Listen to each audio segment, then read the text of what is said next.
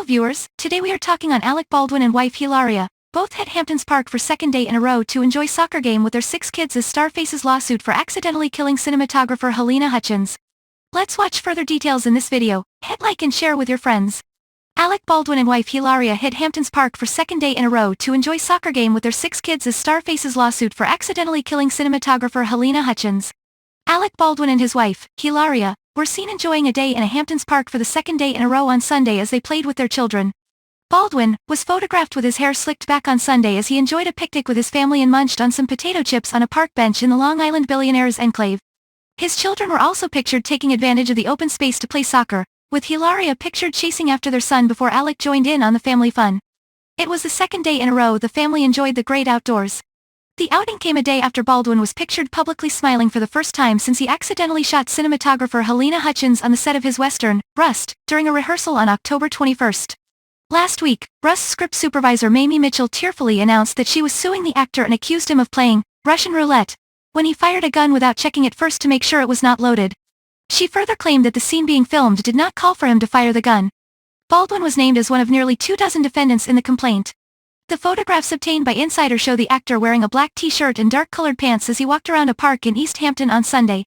Hilaria, meanwhile, sported a puffy silver winter jacket, with black leggings, black boots and a navy blue sweater saying, "Grateful." The Baldwin family appeared to enjoy a picnic, with food splayed out on a table in front of them, as the children ran around. But before details, please subscribe our channel and hit bell icon, you'll never miss any update by this. Baldwin later seemed to have joined in on the fun, as he was pictured running around with the soccer ball for the second day in a row, having been pictured on Saturday playing soccer with his young sons, and laughing.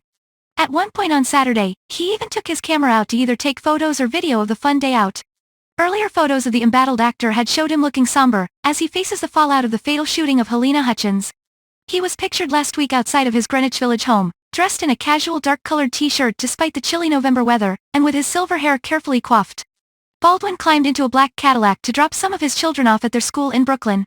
It was the first time the public saw Baldwin since Mitchell announced the lawsuit.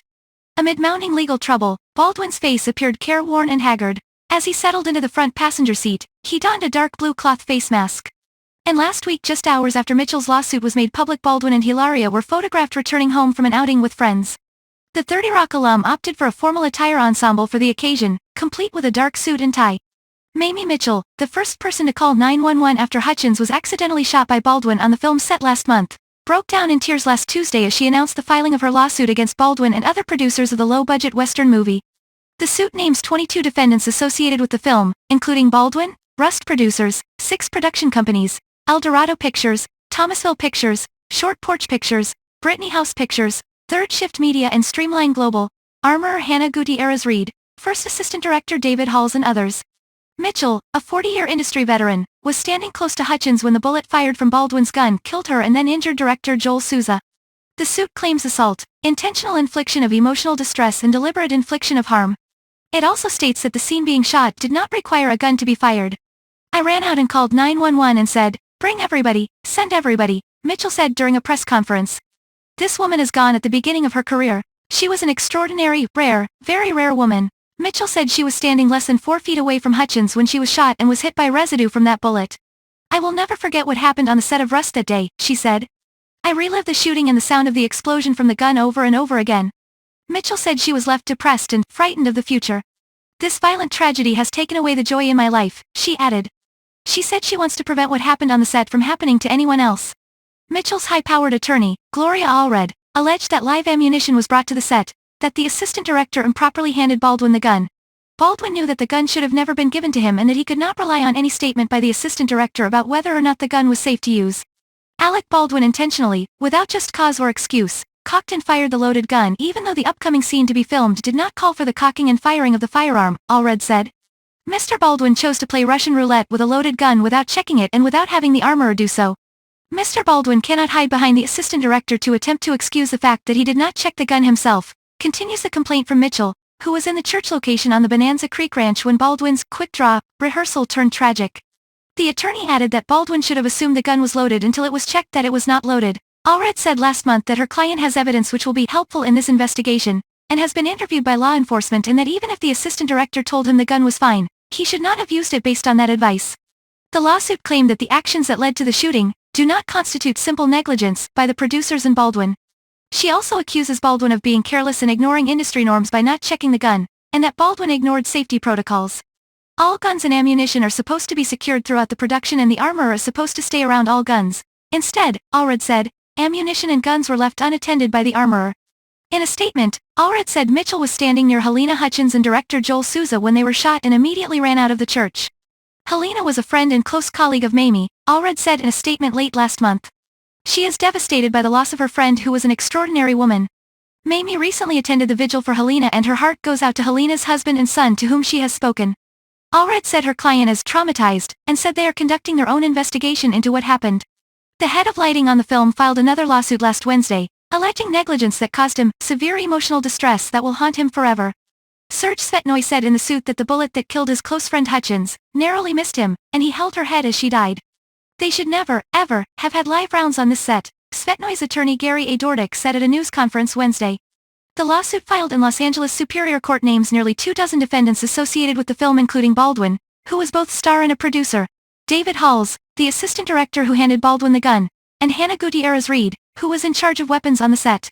It is the first known lawsuit of what could be many stemming from the October 21 shooting.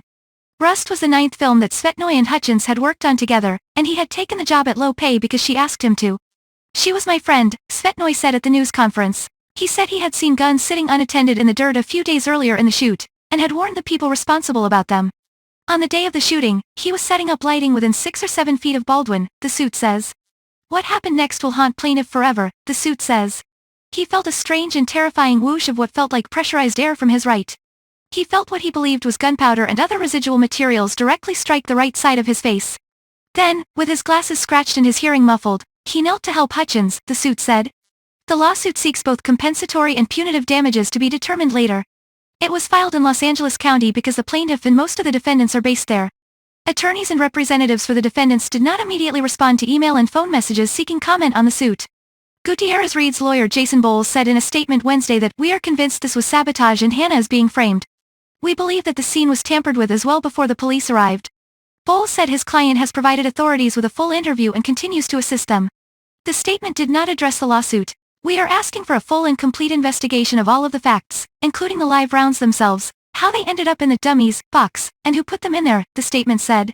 Gutierrez-Reed said last week that she had inspected the gun Baldwin shot but doesn't know how live bullet ended up inside.